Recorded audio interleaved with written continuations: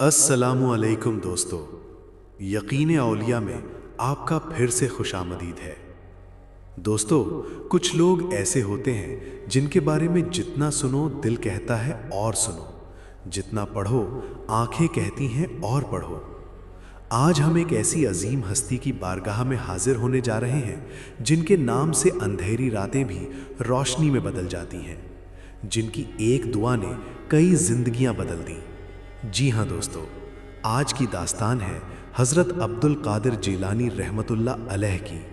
لیکن آج ہم ان کی کوئی عام کہانی نہیں سنیں گے۔ آج ہم سنیں گے وہ واقعہ جب ایک غریب طالب علم کے پاس کھانے کا ایک دانہ بھی نہیں تھا، اور پھر رب نے ایسا انتظام کیا کہ ایک سادھارن آٹے کا تھیلا سونے سے بھر گیا۔ تو دوستو، سنبھل کر بیٹھیے، کیونکہ آج کا سفر دل کی گہرائیوں میں اترنے والا ہے۔ بغداد میں ایک اکیلا طالب علم۔ دوستوں، یہ بات ان دنوں کی ہے جب حضرت غوث اعظم رحمۃ اللہ علیہ بغداد شریف میں علم حاصل کر رہے تھے۔ ذرا تصور کرے وہ منظر، ایک نوجوان غیر ملک میں اکیلا، کوئی ساتھی نہیں، کوئی اپنا نہیں۔ ماں نے گھر چھوڑتے وقت جو زادے راہ دیا تھا وہ بھی ختم ہو چکا تھا۔ ہاتھ خالی، جیب خالی، اور پیٹ وہ بھی خالی۔ کوئی اور ہوتا تو شاید کسی کے آگے ہاتھ پھیلاتا، کسی دوست سے مانگتا، کسی سے قرض اٹھاتا، لیکن یہ حضرت عبد القادر جیلانی تھے جن کے دل میں صرف ایک ہی خوف تھا، رب کا، اور جن کی پیشانی کبھی کسی انسان کے آگے نہیں جھکتی تھی، صرف رب کے آگے جھکتی تھی۔ دوستوں، خود حضرت غوث اعظم رحمۃ اللہ علیہ اس واقعے کو بیان فرماتے ہیں کئی دن ایسے گزرتے کہ کھانے کے لیے کچھ بھی میسر نہ آتا۔ ایسی حالت میں دل میں صرف ایک ہی سوال آتا کہ آخر کس کے آگے ہاتھ پھیلاؤں؟ اللہ کے سوا کسی سے مانگنا میرے لیے شرمندگی کا باعث تھا۔ دوستوں، سوچئے، یہ وہ انسان ہے جو بھوک کی شدت سے نڈھال ہو چکا ہے، جسم میں طاقت نہیں، لیکن دل میں وہ عزم ہے کہ کسی انسان کے آگے سر نہیں جھکانا۔ یہی ہوتا ہے جب کوئی سچی عبادت کرتا ہے۔ جسم کمزور ہوتا ہے مگر دل کی طاقت آسمان کو چھوتی ہے۔ دریائے دجلہ کا کنارہ اور مایوسی کا لمحہ۔ دوستوں، بھوک کی شدت جب حد سے زیادہ بڑھ گئی تو حضرت غوث اعظم ایک امید لیے دریائے دجلہ کے کنارے پہنچے۔ شاید کوئی سبزی مل جائے، شاید کوئی دانہ، شاید کچھ بھی۔ لیکن وہاں پہنچے تو دیکھا پہلے ہی کافی فقیر اور درویش موجود ہیں۔ جو بھی ملتا سب میں تقسیم ہو جاتا۔ خالی ہاتھ واپس آئے۔ پھر شہر کی طرف رخ کیا، شاید وہاں کچھ ملے، لیکن وہاں بھی ہاتھ خالی رہے۔ آخرکار بھوک کی شدت نے نڈھال کر دیا۔ ایک مسجد کے کونے میں جا کر بیٹھ گئے، سر جھکایا، ذکر جاری رکھا، لیکن جسم نے ساتھ چھوڑا۔ سر چکرانے لگا، آنکھوں کے سامنے اندھیرا چھانے لگا، اٹھنا بھی مشکل ہو گیا۔ دوستوں، یہ وہ لمحہ تھا جب ایک کمزور انسان ٹوٹ جاتا ہے، لیکن حضرت غوث اعظم ٹوٹتے نہیں۔ اسی بے بسی میں غیب سے ایک آواز آئی، اے عبد القادر، اٹھو، کسی سے قرض لو اور اپنی روٹی کا انتظام کرو۔ فرماتے ہیں، یہ آواز میں نے سن تو لی، مگر دل اس بات پر آمادہ نہ تھا کہ کسی سے قرض مانگو۔ دوستوں، یہ ہے ان کا مقام، یہ ہے ان کا صبر۔ موت سامنے ہو پھر بھی ہاتھ کسی انسان کے آگے نہیں اٹھتا۔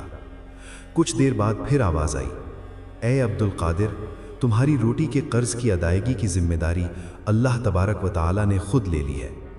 لیکن اس پر بھی وہ مطمئن نہ ہوئے۔ فرماتے ہیں، مجھے تو یہ سوچ کر ہی شرم آتی ہے کہ میں قرض کی روٹی کیوں کھاؤں۔ دوستوں، یہاں ایک پل رکو، یہ کیسی شخصیت ہے؟ رب خود کہہ رہا ہے کہ فکر مت کرو، میں ذمہ داری لیتا ہوں، اور یہ انسان پھر بھی شرمندہ ہے کہ میرا کسی پر احسان کیوں ہو۔ یہی وہ چیز ہے جو حضرت غوث اعظم کو باقی سب سے الگ کرتی ہے۔ نان بائی کی دکان اور ایک انوکھی ملاقات۔ دوستوں، جب بھوک نے بالکل مجبور کر دیا تو قدم خود بخود ایک نان بائی کی دکان کی طرف بڑھ گئے۔ تندور سے گرم گرم روٹیاں نکل رہی تھیں، ان کی خوشبو، دوستوں، وہ خوشبو جو صرف تب محسوس ہوتی ہے جب پیٹ حد سے زیادہ خالی ہو، وہ خوشبو ہوا میں گھلی ہوئی تھی۔ حضرت غوث اعظم وہاں پہنچے۔ نان بائی نے پہلے انہیں نہیں پہچانا۔ آخر کب دیکھا تھا اس نے؟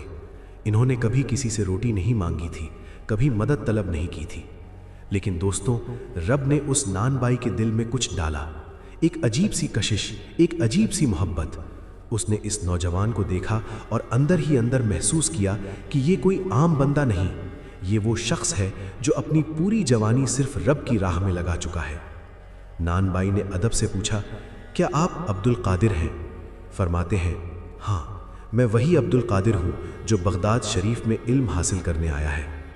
نان بائی نے پوچھا، آپ مجھ سے کیا لینا چاہتے ہیں؟ اور یہاں وہ جواب آیا دوستوں جو اس پوری کہانی کی جان ہے۔ حضرت غوث اعظم نے فرمایا، اگر میں روزانہ تم سے ایک نان لے لیا کروں تو تم دے دو گے؟ مجھے بہت بھوک لگی ہے اور بھوک کی شدت برداشت نہیں ہو رہی۔ دوستوں، یہ سن کر نان بائی کی آنکھیں بھر آئیں۔ اس نے کہا، حضور، یہ سب کچھ تو آپ کا ہی ہے، اگر آپ پوری دکان بھی لے جائیں تو مجھے کوئی اعتراض نہیں۔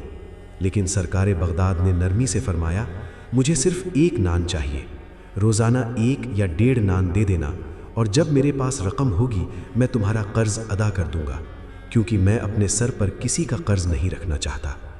دوستوں، یہ ہے ان کا مقام حیا، یہ ہے ان کی دیانت داری۔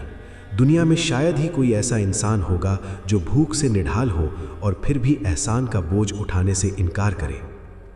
قرض کی فکر اور رب کا وعدہ۔ دوستوں، وقت گزرتا رہا۔ حضرت غوث اعظم روزانہ نان بائی سے ایک نان لیتے، جنگلوں میں جاتے، رب کا شکر ادا کرتے، اپنی کتابیں پڑھتے۔